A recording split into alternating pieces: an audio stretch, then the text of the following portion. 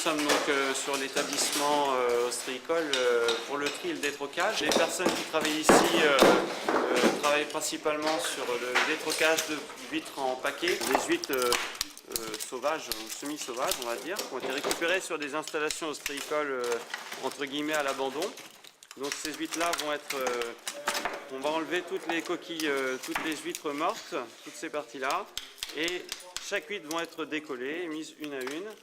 Et donc dans les mains qui est ici, voilà, on se retrouve avec des huîtres une à une. Ça fait longtemps que vous travaillez là? Ça va faire 3 ans.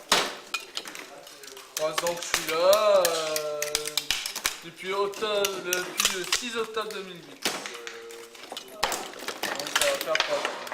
Ça passe bien? Ça se passe super bien, on s'entend bien entre collègues, il y a une bonne ambiance. Voilà. Sur la table qui est de ce côté-là, c'est tout ce qui est création qu'on fait, qui est vendu derrière dans la boutique. C'est-à-dire cabane tirelire, cabane dragée, ardoise numéro, comment je veux dire, ardoise décorative.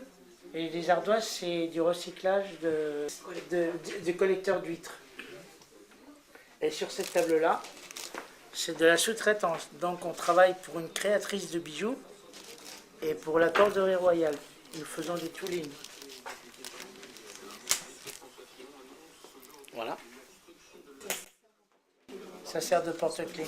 Et cet atelier fonctionne depuis quand? Alors l'atelier fonctionne effectivement depuis à la gravadurée depuis 4 ans. Voilà, nous sommes au milieu des ostréiculteurs. Et on vit au rythme des pêches qui arrivent, qui partent. Ça nous fait un rythme de vie, le chant des mouettes.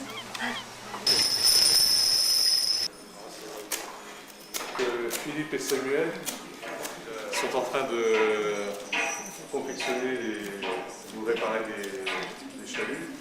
Le projet que l'on avait présenté, c'était l'atelier des gens de mer.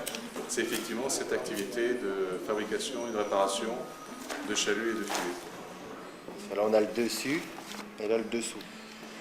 Ça, c'est un filet, ça. Voilà.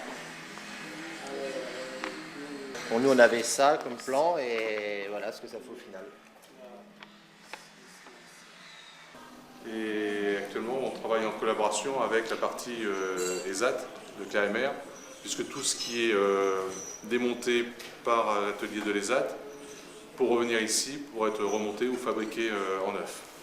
Ce qui permet d'une part de garder tout le savoir-faire technique et technologique ici, et en même temps de permettre de travailler au niveau de l'ESAT avec des personnes qui ont des qualifications moins importantes. Ça fait longtemps que vous êtes installé là? Ça fait 5 ans. Donc les bateaux nous amènent leurs filets qui sont usagés et nous récupérons les 2 cordes, la corde de plomb et la corde de liège, que nous leur redonnons.